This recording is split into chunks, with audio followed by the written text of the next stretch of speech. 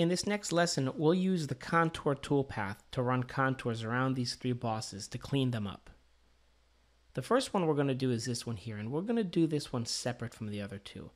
And the main reason is because we don't have geometry that we can chain down at the depth we need.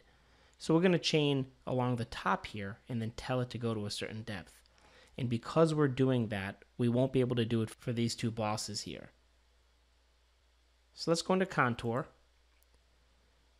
And I'm going to choose loop, and I'm going to start on the outside here. And I know I'm going to compensate to the left, so I want to make sure I'm going clockwise. If, for example, I realize that I selected the wrong direction, I can go back to geometry, and in the chain that's shown in the chain manager, I can right-click and I can reverse it. Of course, I don't need to here, so I'm not going to.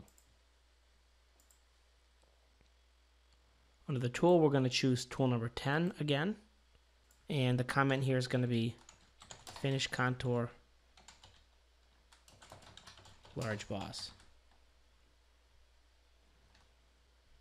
At this point, before we do anything else, let's move this over and just hit the preview button.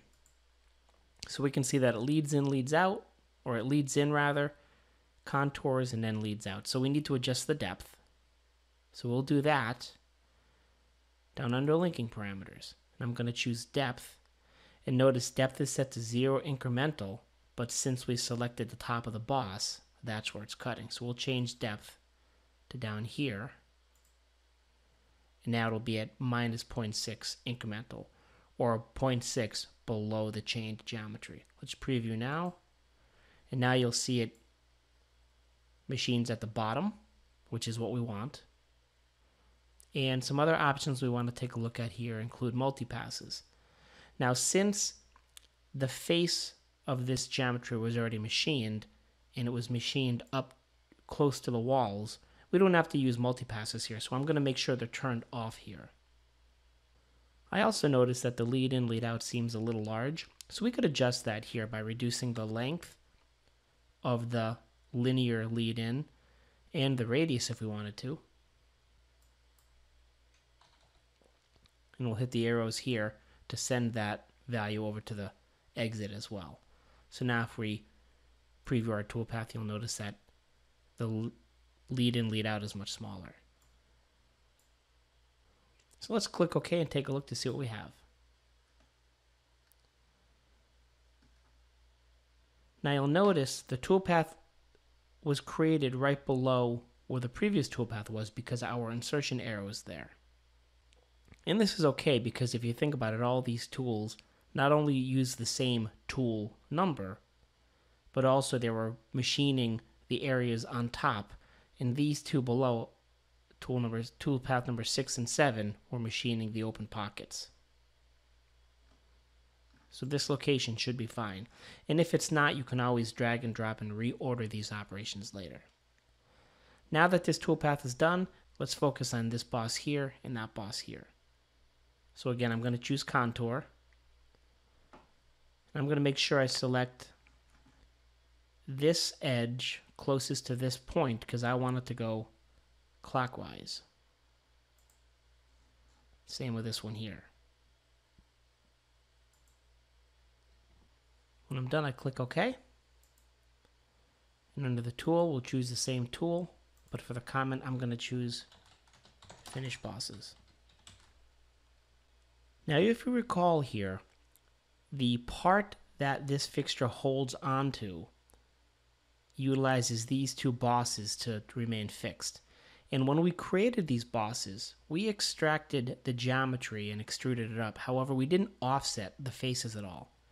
In other words, this boss right here is a perfect fit, and it will fit perfectly in the void of the chain guard which sits on top.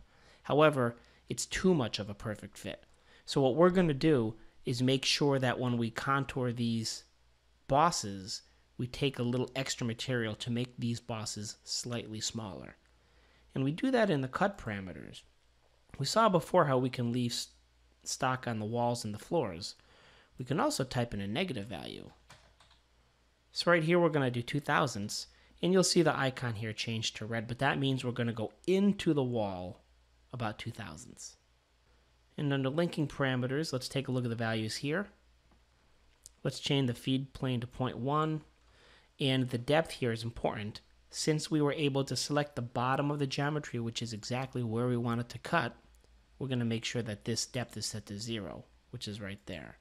Which makes sense. It's almost like a check because it's incremental, so it's relative to the geometry we selected, and it is in fact right at that geometry, which is 0. I'll click OK, and we can take a look at how these toolpaths work. And again, if we want to backplot these toolpaths, we'll use a small lead in like we saw from the previous toolpath. Works its way around and it comes out. Same thing for this one here. Now you'll also notice if you zoom in,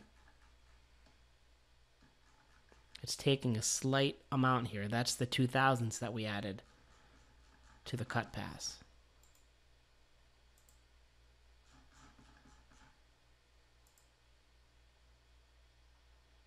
But the end result is a nice contour toolpath around these two bosses, cutting into it just a few thousandths, as well as a previous toolpath which finished this shape right here.